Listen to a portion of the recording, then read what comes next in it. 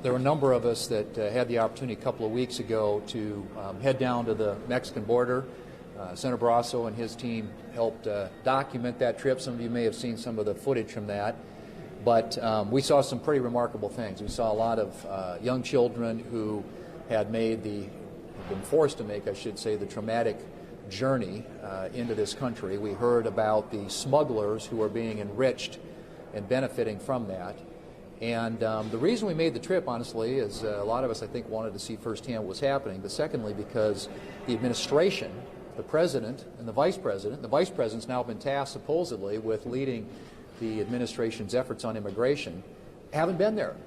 And the press hasn't been able to get there to see what's going on. It is a full-blown crisis at the border, which desperately needs to be addressed. And it is important that the American people know what's going on there. And I hope the administration will realize the error of their ways in getting away from some of these policies that had worked and had been effective in securing the border.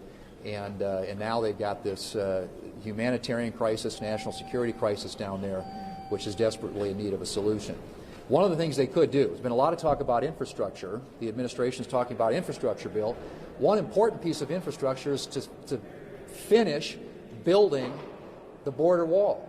That would be really important, and it's already been funded. Congress has appropriated money for that. The administration has chosen not to take those dollars and to finish building out the wall. We heard from Border Patrol how important the wall is and how critical it is to the security down there. Just one observation about what the leader talked about, and that is the infrastructure bill.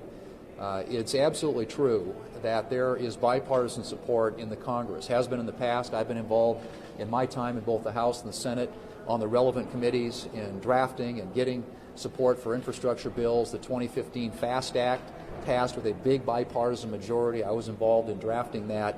There's always support for infrastructure as understood by most people. Infrastructure typically, and I think the American people understand what that is. It's roads and bridges and ports and waterways. And if we want to add broadband to that, I think there's some support for adding broadband to it.